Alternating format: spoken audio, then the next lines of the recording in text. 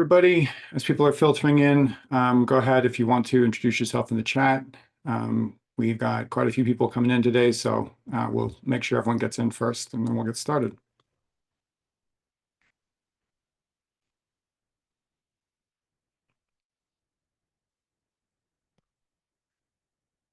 All right, I think we're going to go ahead and get started here.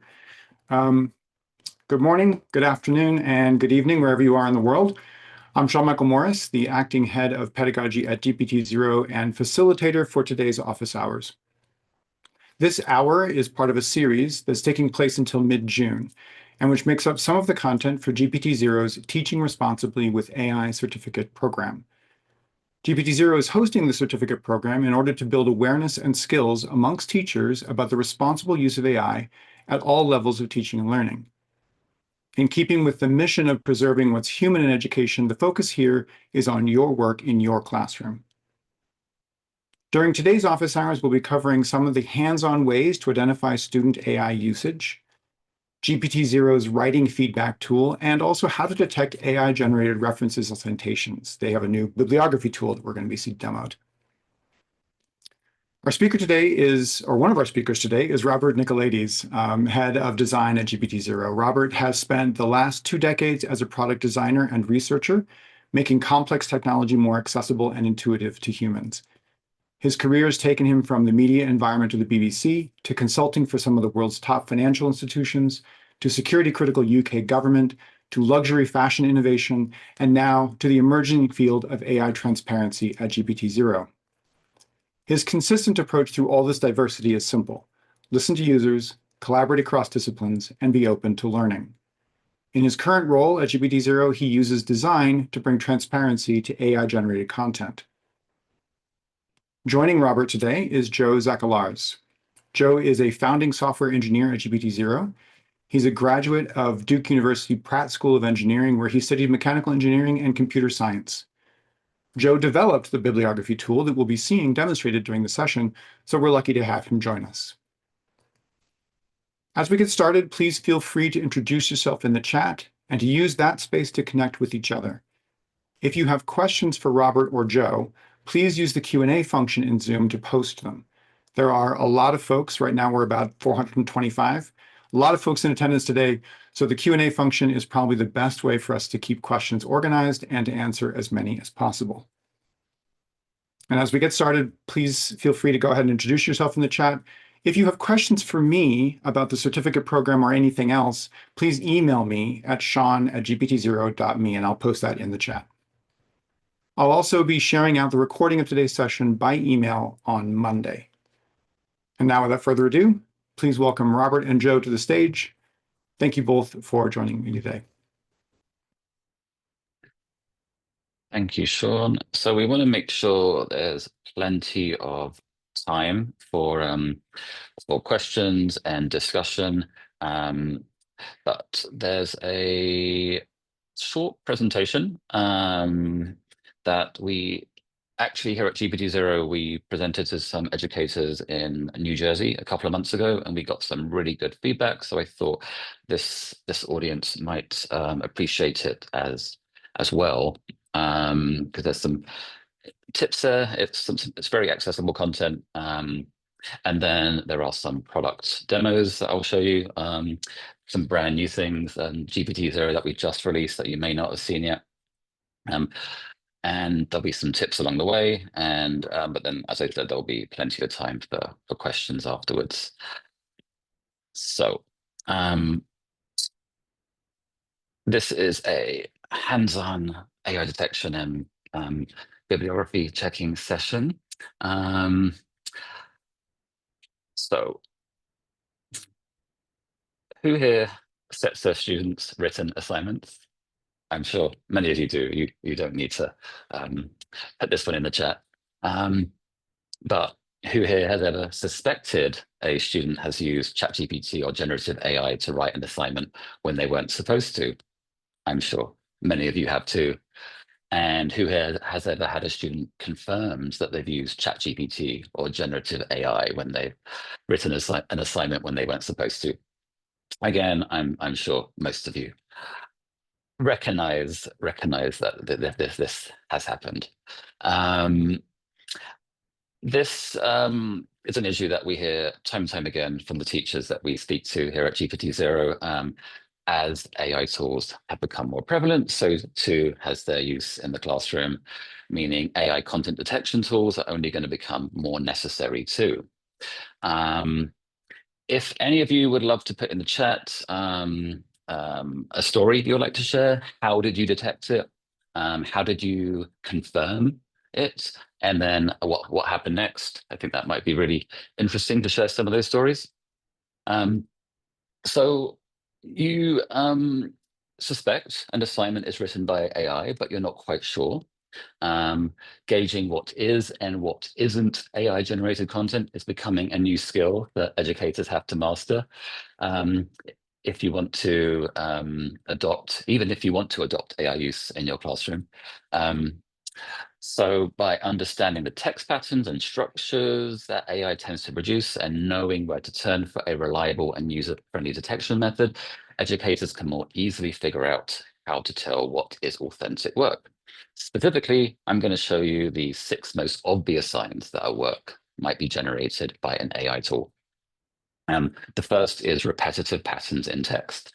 Writing as humans means we tend to mix and match our language with a rhythm that isn't identical to someone else. In AI-generated writing, the text patterns can get overwhelmingly repetitive. The second is a monotonous tone. Human writing tends to have an inherent sense of voice, even if the assignment is formal or the piece is a highly academic one. On the other hand, AI-generated writing can feel quite flat and completely lacking in warmth or distinctiveness. As a contrast, sometimes people attempt to bypass AI detection by asking ChatGPT to write in the style, voice, or tone of a specific author. But this tactic, if you know your students well, will almost certainly raise flags. If your student suddenly starts turning in work that sounds like a New Yorker journalist or a Nobel laureate, you may want to take a second look and compare their work to their in-class or past assignments. The fourth is to look out for zero typos. Work that is absolutely flawless, has flawless grammar, zero typos can actually be suspicious. This is especially true if that particular student's work isn't typically perfect. The fifth is generic examples versus real-world detail. A suspicious indicator of AI-generated content is vague examples that could be slotted in almost anywhere. The key word here is cookie cutter. AI content tends to be vague and lacking in specificity, especially for recent events because of the way that AI indexes its content. And the sixth is a lack of subject matter expertise. AI can spit out loads of words very, very quickly, but it tends to lack that genuine subject matter expertise. So watch out for writing that only touches the surface of a topic or seems like it's trying to sound more insightful without actually containing much originality.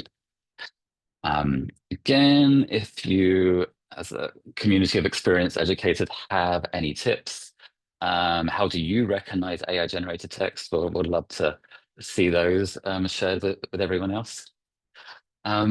So you can, of course, use an AI detector. AI content detectors analyze text to see if it was written by a human or an AI system, using algorithms to look at how words and sentences are used and comparing the text to a large collection of AI generated and human written content. You heard from Alex a few weeks ago, who explained some of the science behind that. I'm just going to cover broadly, this is how they generally work. The first is they scan for writing patterns, much how you might recognize a friend's writing style. These tools look for telltale signs of AI writing, for example, the repeated words and phrases or unusual word combinations. And those patterns are compared to what the AI detector knows about both human and AI writing. The second is they check against databases. Different tools have different specialties. While some tools focus on spotting academic copying, others specialize in identifying AI writing characteristics. And this can be helpful if you're concerned about originality rather than direct plagiarism. Um, Third is they calculate how likely it is that AI created the text. These tools can give a score or a percentage, though accuracy does vary between tools. Some tools show you exactly which parts seem AI generated and they explain their reasoning. And then you can understand what went into the AI tool's detection analysis. Um, so GPT-0 has quickly become a favorite tool for teachers. I'm sure that's why many of you are here. What sets us apart is our layered approach. Our tool uses, I believe it's 7 different components to process text and identify if it was written by AI. This works together to produce predictions that are as accurate as possible so educators can feel confident in the results. And finally, what happens if you suspect a student has used AI-generated text? AI isn't going anywhere. So these are some ways you as educators can set your students up for success. First of all, don't punish, discuss. Suspecting AI or getting a positive result should not automatically result in academic punishment. If you receive a positive AI detection, think about taking some steps to work with students constructively. First, ask them to demonstrate their understanding in a controlled environment, like an in-person assessment or an editor with an edit history feature like Google Docs. You can also ask to see the drafts, revision notes, or brainstorming documents. Crucially, um, see if there's a history of AI-generated text in the student's work, as it's better to be on the lookout and look for that long-term pattern of AI use and not just rely on a single instance to gauge whether the student has used AI. Second is training students on academic integrity. So you can start an open dialogue around the ethics of AI that can help students see these tools with a more clear-eyed perspective, as opposed to seeing them as shortcuts to simply ticking a box and getting their work done. And then third is creating clear guidelines for assignments. So clarity has never been more important when it comes to using AI in assignments. Though this can be understandably a challenging area for educators, as it's still such a recent development that's always changing. So articulating your expectations for acceptable AI use means that students have boundaries about what is and what isn't okay when it comes to using those AI tools. Guidelines can help students explore AI responsibly without veering into plagiarism territory. And you suspected AI, would love to hear again. Please share any stories, kind of what have you done when you suspected that your students have used AI? So those are just a bit of an introduction there. Those are some slides I wanted to share. Now I'm going to move on to a product demo of GPT-0 and some of the new features that we've released. So let me make sure I'm sharing the right tab. Okay, so this is a screen that you might all be very familiar with. This is actually just a very common AI text here. You just can paste your text into GPT-0. You can hit scan and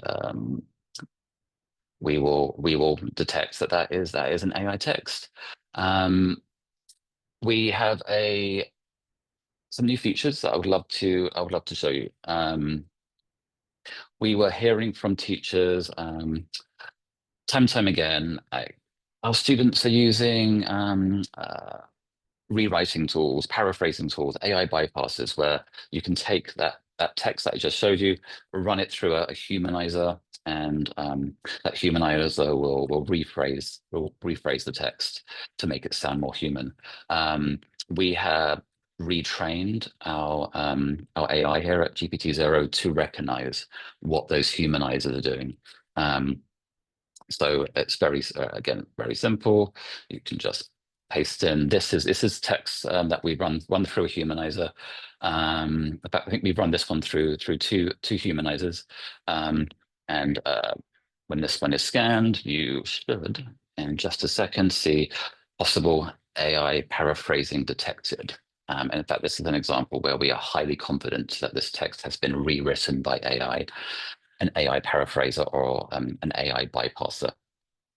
So this is an example where the original content was AI and the student has tried to run it through a humanizer, a paraphraser, a bypasser.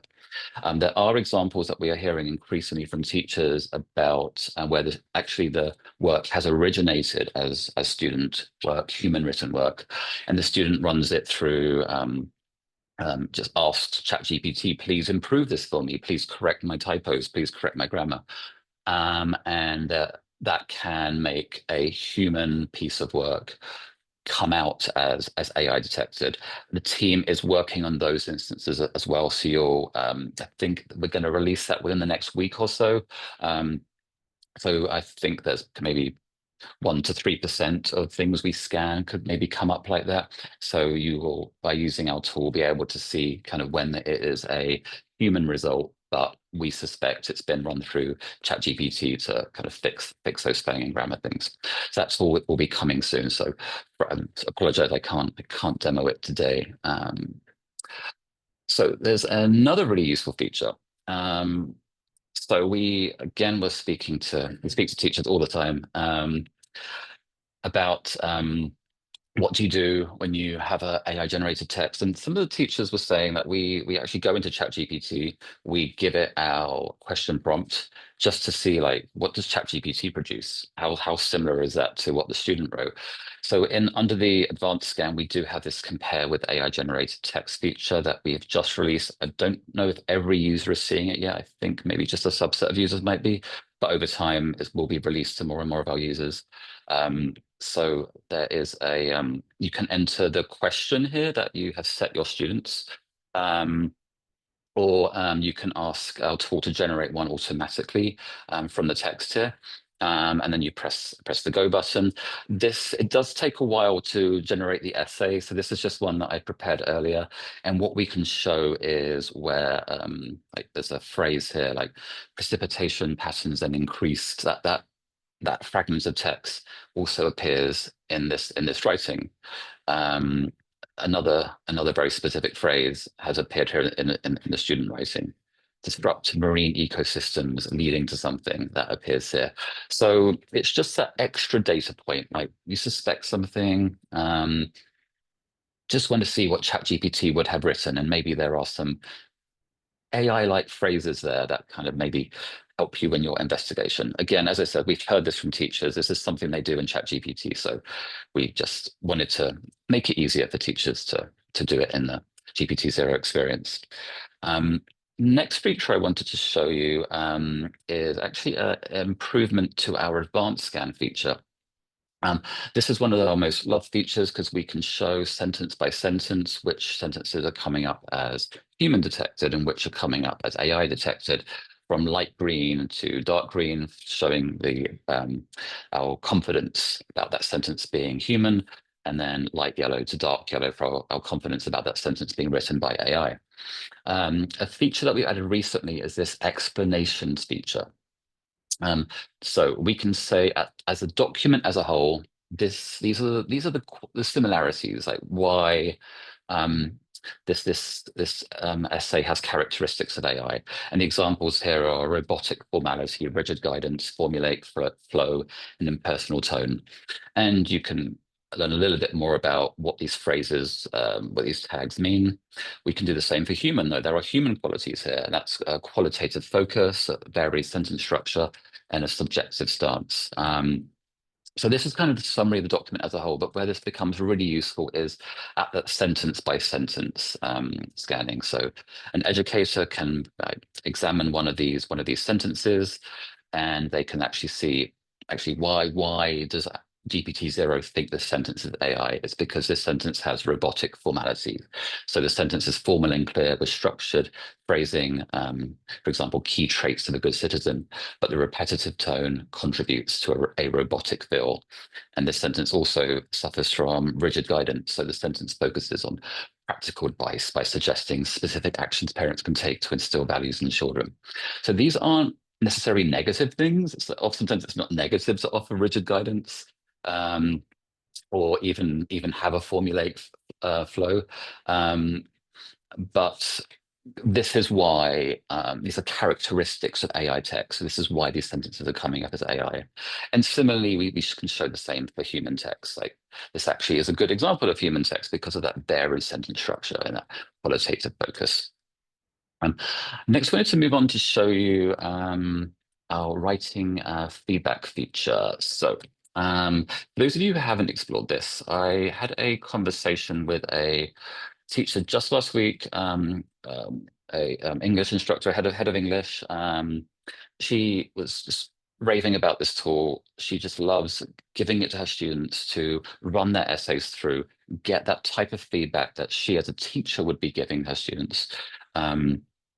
But the students can get it themselves, and the teacher doesn't have to spend her time giving this kind of feedback. She can focus on other things. She just loves just telling her teachers, run your works for GPT-0's writing feedback tool before you give it to me. And some key features of it are that we don't just give the answer. We don't just tell the student, this is what to change. We actually say why. So the student can hopefully learn why they need to make that change, and over time improve as writers. The student, though, is free to accept that change, and it will change the text for them. And there may be a case where the student has maybe accepted too much wholesale, so maybe the text might verge into AI territory. But the idea is that the student is kind of a little bit more empowered and goes on kind of more of an educational journey to understand these changes, which is very different from some of our competitors' tools. There's also a feature to export to Google Docs or export to Word doc, where all of these comments are in the margin as they would be on a commented document, which I think some people have been giving us some great feedback for. That's exactly actually how they want to process this information, because then they're in their own Google Docs or Word docs environment that they're familiar with. A feature that we've also added is to be able to upload a rubric or a question prompt. So the reason why this is useful is we can target our writing feedback to a specific requirements of a rubric, or to a specific essay instruction that you gave your students. So it can be very, very general feedback if that's what you wanted. But you can very simply just click here to upload your rubric, and upload your essay prompt, and then the writing feedback will do its thing, and then the feedback will be much more contextualized to those requirements. So I am going to move on to introduce Joe, who is going to talk you through a really important next phase of AI detection. And I will just introduce Joe by saying this tool is super important. I heard a really interesting stat the other day that over 50% of GPT-4's citations are hallucinated, which just tells us how important this tool is. So Joe, allow me to just mute for a second. Yeah, sounds great. Thanks, Robert. Hey, everyone. Just reintroducing myself. My name is Joe. I'm an engineer here at GPT-0. And I built this tool and released it on May 15th, so just about 2 weeks ago. So yeah, it's still kind of in its infancy, but we've heard some great feedback so far, and we're really excited to show you how it works. So the purpose of bibliography scan is to check the validity of cited information in research papers, and also to evaluate how well supported the information is. So getting into some backstory of how this product came to be. We heard from teachers in around February that students are humanizing text, and a primary telltale sign of that is that the bibliography had citations that were just fake. Some of you might have seen this. Maybe you're nodding your heads. Like, this is a pretty big problem. And the more that we looked into this, we spoke with other teachers, and pretty much all of them were like, "Yeah, I've seen this before. This is a pretty big deal. And along with that user research, we noticed some other problems. Problem one is that teachers are so overwhelmed, especially online teachers. They have so many papers to grade, and teaching is a very hard job, very demanding, that some teachers weren't even able to check bibliographies at all. And with the teachers that were able to check the bibliographies, they pretty much only had enough time to check if it existed, right? So that's kind of where they stopped. And also, so the process is doing it manually, one by one. If you're lucky, you have a link, right, that you can just copy from the PDF or the Word doc or the Google Doc, and then you can plug it in. If you're not lucky, a lot of sources don't have links attached to them. You got to go find it yourself, and that's not fun, right? So yeah, but also, teachers, you guys are really smart. Like, when a bibliography is fake. So in our user interviews, we had so many teachers just say, I know, like they actually showed us some papers, like this is fake. And we confirmed that. But the problem was they didn't have any, leverage to negotiate with the students. So they were totally kind of on their own. So, we wanted to build something that could be a third-party tool that could be used as leverage, right? Something they could point to. And that's a lot of the value of our normal AI scan, is just a third-party tool that, helps. So, yep, we performed 20 user interviews of about 10 hours in total, and, pretty 50-50 with online and in-person teachers. So this, we realized after all of this user research that this problem space is directly in line with GPT-0's mission to preserve and encourage academic integrity. So we knew that we had to solve this problem. And the way that we kind of look at it is part two of AI detection, right? So our AI scan, as you know it today, kind of checks, what words are in what place, and piecing together, is this document, like what is the provenance of this essay, just through the words themselves. But, there's also other low-hanging fruit with, what information is in this document? Is this information likely to be generated by AI? And the bibliography is a great way to kind of piece that together. So as a teacher, you now have, more tools to kind of piece together that puzzle. So we realized that, teachers, the current workflow was to, if you see citations, you Google search it, you Bing search it, you check if it exists, you kind of stop there. Maybe if you go a little deeper, you'll check, publications or Semantic Scholar, but that was kind of it. So we do all this for you, right? So not only do we do this work, but we also give you a deeper look into not just, is this source real, but how is this information used? And Robert, I hope, is showing you all that. So what does this check, right? Most importantly, are the citations fabricated? Do they exist at all? If not, we give you a big red X, right? So that's something to look into. If it does exist, we have our AI read the source, and then we check, is this source relevant at all to the document? We found through our user interviews that, AI is likely to give you a quote, a fact, some piece of information from a source, and the source might be real, and the quote might, actually work well in your essay, but it's actually kind of just cherry picked from a source that doesn't actually relate at all. So you kind of just got lucky. Also, this product checks if the section where, this cited source is used, what is that relationship like with the source? So we read the source, we read your paper, we check where, that source is cited, and then we compare that. Is this correct, right? If a student says, X is Y, but actually the source says X is Z, which is the opposite of Y, right? We're going to flag that, and that's going to come up red, because AI, turns out, does that a lot, right? It gets the general kind of gist right, but just will say something completely wrong. So yeah, we also, just for some other extra value in there, we also sprinkle in, we have gray highlighting if we think that some sentences should be cited, but aren't. That's up to you to determine whether that is correct or not. So yeah, getting into how does it work? Again, we scan for sources, we parse the bibliography out of the essay.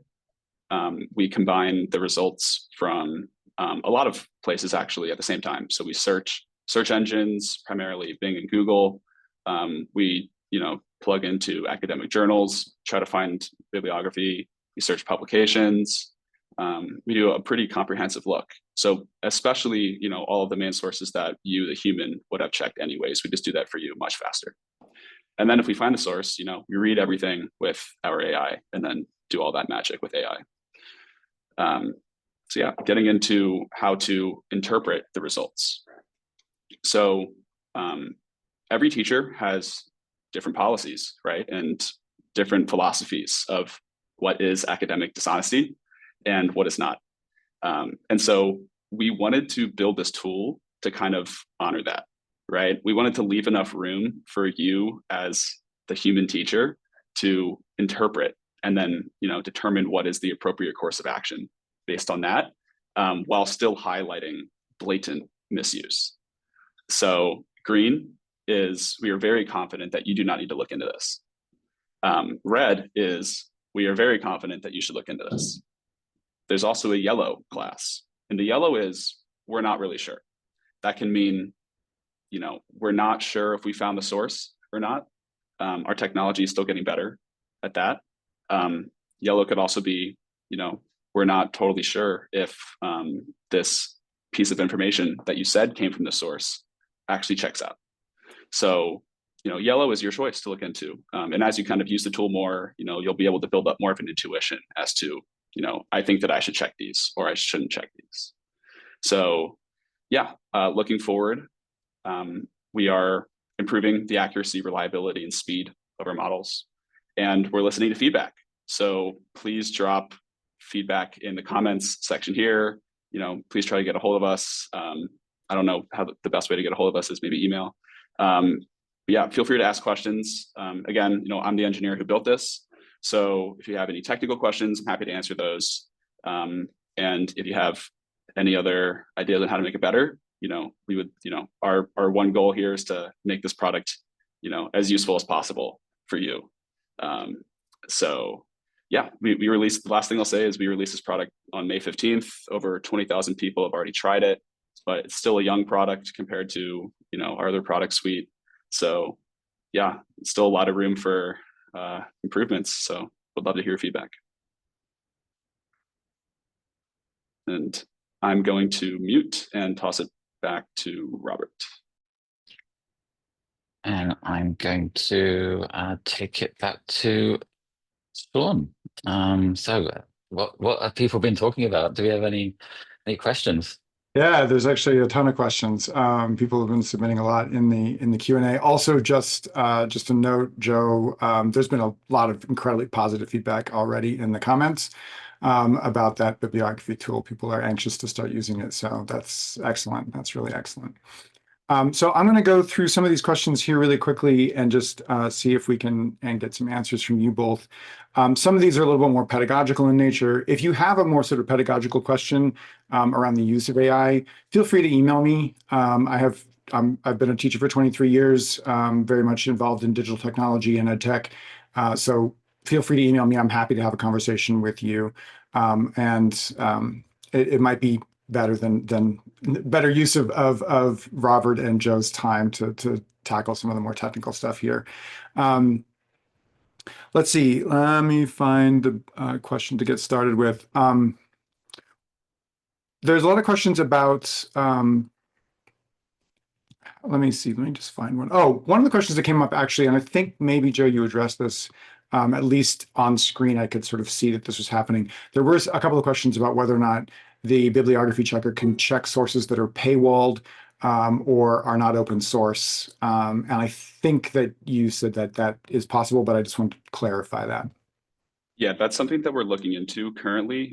No, we don't check paywalled sources. Okay. Yeah. Great. But Okay. would love to in the future. That's something that we're working on right now. Okay. Fantastic. Thank you. Boom, boom, boom, boom, boom, boom. Interesting. All right. Sorry, there's so many questions. Let me see. I should be doing a better job here. Trying to get these. I'm going to just go back to the beginning here. So maybe actually this is sort of it is a potentially pedagogical question, but it also has to do with GPT-0's sort of mission and the foundation of your work. Because a lot of instructors are afraid that using a tool like this does lead to surveillance and policing of students. Can you speak a little bit more to that in terms of why GPT-0's sort of emphasis is on discussing if you discover AI generated content? So let me do a plug for our blog, our GPT-0 blog. If you go to gpt0.me, then click the news button, because I have read some really great articles written by Adele, who's our head of content here. And the reason why I plug this is because we do have some stories there that address this exact comment. For example, just a few days ago, Adele published a new article that was interviewing a conversation with Eddie, who's an English instructor in Oregon. And I think he started his journey thinking exactly the same thing, like, oh, this is going to have to be a surveillance thing. I have to treat it like plagiarism. But what he discovered very quickly was he has to have that conversation with his students about AI upfront. He tells his students, I will be using GPT-0, that exact tool, to scan your work. It is in the instructions he gives his students. It's in his AI policy that it's in. The words GPT-0 are there in writing to what he shows his students. So the students know right from the beginning, my work will be scanned in GPT-0. So I think that really, really helps because there's no nasty surprises at the end. The students know exactly what the expectations are. But also, Eddie tells his students step by step, this is what you can and can't use AI for in as part of the writing process. And Eddie's quite flexible. Like he wants his students to become proficient writers who think creatively. I won't butcher the really nuanced pedagogical comments that are in that article. But that is, he knows what he wants to teach. He knows what the outcomes are. So he's actually quite flexible with allowing AI for a lot of other things. So really the conversation with students has not been about monitoring. It's not been about, I'm going to be checking your work in an AI detector at the end. So don't use AI. The conversation is about, you can use AI for these things and those things, but do not use AI for these things because that's the actual learning here. That's the skills that you're here to learn. So I think that kind of transparency, it's not just Eddie, but I'm focusing on him because that we have that story on our blog. We hear that from teachers time and time again. The more transparent that teachers are with students, the fewer nasty surprises there are at the end, and the less of that awkwardness and the students feeling like that something unpleasant has happened. That there's something unpleasant that has happened to them. I don't know, Yeah. Sean. Do you have anything to add there as a pedagogist? Yeah, a little bit, I guess. There's been a little bit of a conversation happening in the comments about, or in the chat about whether or not checking, the integrity of a student's work should be called policing. And I think there's a distinction here.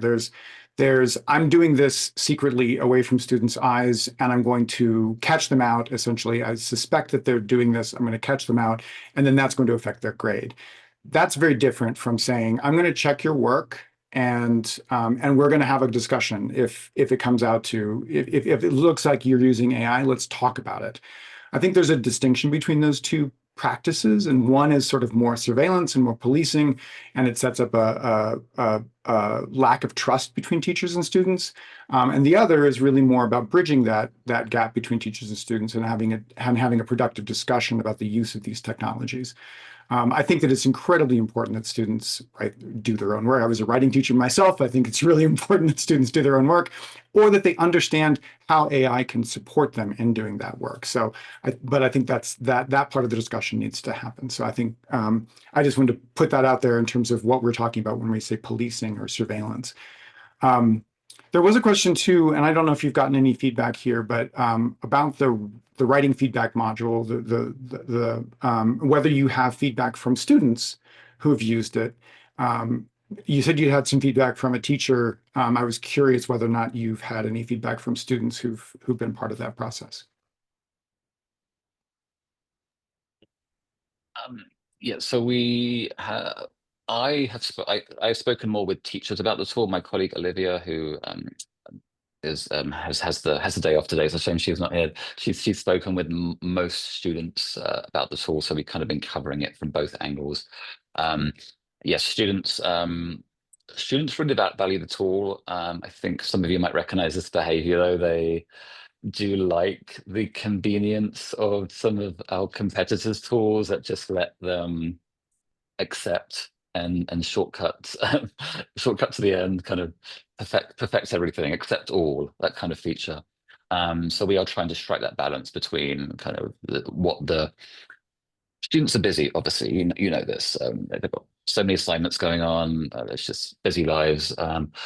So of course, they're looking for these time savings. So we're trying to strike that balance between what the teachers are telling us students need to see, um, and what the students are telling us how they want to use the tool. So, but the content itself, we get good feedback from both sides that people really value the advice we're giving. Some of the feedback we got originally, it was kind of structured a bit differently, but we've decided to structure it based on the feedback into content as number one. Let's definitely make sure those things are covered first. Um, um, then the clarity of the message, and then the grammar comes third. Like all that mechanic stuff is like at the end, because there's no point kind of polishing an essay if the content isn't great. So that all sort of has come from the feedback that we've been getting to make sure that the conversation that our app is communicating to all of our users is a similar conversation as to what teachers and students might be having as well. Great, that's awesome, fantastic. This question actually, I'm going to ask the question and then sort of elaborate a little bit too. Someone asked, Jeff Albertson asked, is it true that ChatGPT and Claude are starting to experiment with spaces and invisible special characters as a so-called watermark? And if so, does GPT-0 check for this? And to expand on that, I kind of want to just say, like, there's been a lot of questions that I've heard in our webinars and also that I've gotten by email about whether or not, or sort of how GPT-0 is keeping up with the advances in LLMs as we see that happen. I mean, you know, obviously ChatGPT is trying harder and harder to be more and more human. Claude is trying more and more, you know, they're trying to get this better. And there's just a question like, how well are you able to keep up with that? And then what kinds of changes do you make in order to compensate for that sort of change?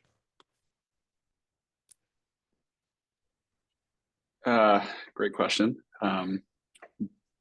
Don't know off the top of my head about the watermarking. Can look more into that. Yeah, so don't have too much information on that. I'm not sure if you do, Robert. Sorry for putting Joe on the spot. I kind of often have conversations with Joe, who's kind of like understands the cutting edge of all of these things. I know that Google released their watermarking recently, didn't they? That's open source, where they kind of choose words in a sentence, and the choice of words as the sentences are built creates this watermarking. Invisible characters would be pretty easy for our AI detector to recognize, though, because it's converted into plain text, as I understand it. So it kind of pop up, but yeah, I'm afraid we don't know much about that right now. But please obviously email us. This is something we can discuss with our ML team. And in terms of keeping up with this kind of arms race, absolutely every time OpenAI or Anthropic release one of their new models, our team is immediately on it, generating the thousands of texts that they need to recognize the characteristics of that new model. and then training our AI to be able to recognize those characteristics. So there can be, I think I've understood, again, I can confirm this with our machine learning team, that there is maybe sometimes like a 2-week window that it takes to retrain our models and test them thoroughly to make sure that the accuracy of our model doesn't suffer. So it's not a quick fix, but we have a team of 6 machine learning engineers in our office here in Toronto, and it is that is their job to keep up to date with what AI generated text looks like. So, but occasionally, if there's a brand new model, we might just be a little bit behind, but trust that we are on it, and within a short period of time, we'll be able to detect those texts again. Great. Great. That's awesome. Yeah, it must be, I like your term, the arms race, because it really is. I mean, everyone's trying to make advances. So, speaking of which, there's another question here about accuracy, just sort of how accurate is GPT-0 when detecting AI versus human? Because this person's saying they've run documents through multiple different checkers and the results are all over the place. So alongside that question, there have been a lot of questions about sort of and maybe you have heard from other teachers on this, but what is sort of an acceptable threshold, or what do you see people using as an acceptable threshold for AI use? We, in our own benchmarking and independent benchmarking, we are the most accurate. But of course, coming from us, you're welcome to do your own research. So I kind of understand how that sounds coming from an employee of GPT-0. But we are most accurate. We have our model does bias against false positives, though. So we kind of like to avoid those instances where would be accusing someone of AI. So that we have purposely put that bias in, but we're talking about 99% accuracy, and that's just kind of, if there is sometimes an unknown, we will bias kind of on the human side versus the AI side. What makes our tool different, though, is that we do provide such a more sophisticated conversation. Like, we can detect if it's a mixed result. So if there has been a combination of AI and human, we show which sentences might be more AI than others. And it's just so easy for students to have I've heard this from teachers, students have all their research in a document which they've got from AI, and then they're writing their essays, and then they're typing things verbatim from their research, and they just didn't realize that that's something that notes that they took weeks ago came from AI, and stuff like that happens. And so that's why we just like to have this much more sophisticated explanation of kind of why it's AI, what are the qualities there, so that you can have that conversation with your students when you're asking that, show me your work, show me your notes, show me your research, and then seeing if that corroborates. But I understand from a teacher's perspective, that's tons of effort, and maybe you can do it with a single student per assignment, but it might be we understand it's a lot of work. So we just try to make it as easy for the teacher as possible to be able to piece that story together for themselves. In terms of acceptable thresholds, it really depends on your teaching and what your AI policy is. Like, we speak to some teachers, like a 40% probability is fine. Other teachers are like, no, I need it to be less than 10% probability. So if you tell your students you can't use AI at all, not single, no research in AI, nothing in AI, and it's coming up kind of more than 10%, I understand you might be concerned, but that's why we offer these much more sophisticated tools than some of our competitors, because then you can maybe do some investigation to find out exactly what that student was doing. Yeah, I think that makes sense. And that's the advice that I would give too, is just, it really is up to you and your comfort level and what you think your students should be doing. There's a lot of questions, and people have been asking questions both today, but also previously, about policies, writing policies, that sort of thing. And a lot of times, schools these days, I'm just sort of saying this out to the audience, like, schools these days, both K-12 and higher ed, don't have policies around AI. They still are trying to catch up with all of this. And there's been some guidance from the Department of Education, or the Department of Education from last year.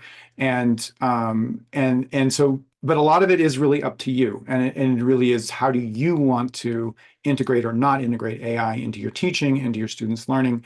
And so it really is a matter of kind of getting educated, which is one of the reasons why we offer this webinar series in the first place, was because we wanted to be able to support people in helping them make those sorts of informed decisions about their own policies.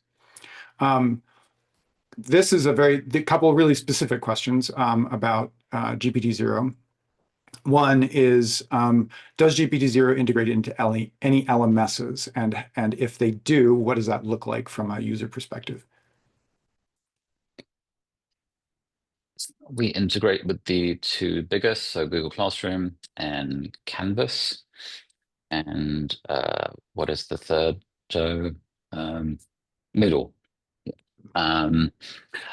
It does depend on the LMS. Like, for example, in Google Classroom, because we actually also have a accompanying Chrome extension, teachers can get AI score and also a writing video and a much more sophisticated writing report, where, because of the amount of data we can get out of a Google Doc, because of the edit history, we can recognize, like, was it a human typing pattern or not, count the number of copies and pastes. So the Google Classroom experience is probably the best, because you can look at all the versions, and it's just really a very good integration if you're fortunate enough to be using Google Classroom. But then some of our other integrations, it kind of depends how your institution has configured it. You can create assignments in a certain way where GPT-0 is much more integrated. We can show AI scores in Canvas and in Moodle, for example, like automatically be run, and an AI score appears there, for example. So so the integrations exist, but there is a lot of variance there depending on how your school has configured it. But the person to talk to is my wonderful VP of Partnerships here at GPT-0. His name is Jonathan. So email Jonathan at gpt0.me, and he can have that conversation with you and discuss how your school would like to use GPT-0, and how we might be able to work with you. That's great. That's great. Cool. Another question that came up, and this has also come up in the past, is about what happens when a source is uploaded to GPT-0, or what happens to that data? Is there an infringement? What's the privacy issue there? Is there a problem? The concern here is about author ownership and whether or not they are retaining their data, essentially. So I don't know if you can address that or not. We actually have just recently published our security information page, security and privacy page, because we were getting these questions quite a lot. I don't want to butcher the policy though, because I promise you, it's actually not that complicated. But I just want to, if you have those questions, please just visit gpt0.me/privacy and security. Very upfront about our policies, but we have a bunch of compliances, and we do. When you upload a document, it is available to a teacher in their documents to retrieve afterwards. The teacher can, of course, or students, of course, can delete that, and it's gone. We're not gathering tons of data and saving those documents, but we will occasionally use anonymized data to retrain our models. So if you have any questions about that in particular, you're free to get in touch with us. But please also read our privacy and security page, because that might answer your question as well. Great, thank you. Yeah, and I did put the privacy and security link in the chat, so you can, if you can find it. There's been a lot of chat, so but it is there, so that's a good place to go for answers. I'm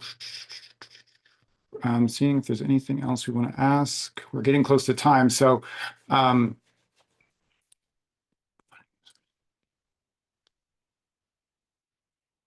okay. There was a question about, it's mentioned on the website, apparently. I'm curious about the aspect of finding news sources for your work, as mentioned on the website. Could you address that function? I'm not familiar with that. Yeah, so this is a feature that we've had on the website for a number of months now. The tool used to be called sources or source finder, and now that's been engulfed into bibliography scan as well. So for the we call them claims, but for the sentences that we show as gray that we recommend maybe having a source for, we do provide a list of currently 3 sources that might be relevant and whether they support, contradict, or are kind of nuanced to that claim. But we're looking to increase that in the future, and still playing around with where exactly that feature might sit in the product. But for now, that's where it is. So Great, very cool. Yeah. Awesome. All right. With that, I think I'm going to go ahead and close up. There were more questions. Again, if you have pedagogical questions, you want to discuss sort of how you use AI in the classroom, that sort of thing, feel free to email me. I'm Sean at gpt0.me. That's Sean, SEAN, at gpt0.me. So feel free to reach out to me. I'm happy to answer questions or have a discussion. And thank you, Robert and Joe, for a really great presentation. Like I said, there's a lot more questions, but the information you shared was incredibly helpful, and I know people are super excited about some of the tools that are available and that are coming out. So as we close, just a couple of quick notes for everyone. First, when the webinar closes or when you leave, you'll receive a very short survey in a browser window to let us know how we did. Please do take a minute or two. It's like 4 questions. It's really, really quick. Please do take a minute or 2 to complete that survey because your feedback does mean a lot to us. It helps us improve these sorts of offerings. So would really appreciate taking a couple minutes. And as a reminder, I'll be sharing links to the recording of today's session by email on Monday. So you should receive an email from me on Monday with the links to this one and also to Wednesday's webinar in case you missed that.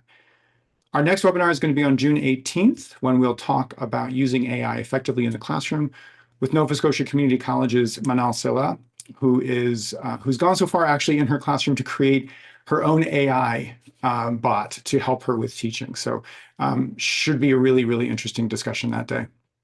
So thank you again, everyone, for attending. Thank you again, Robert and Joe. This has been a fantastic session. Really appreciate it, and I hope to see you all soon.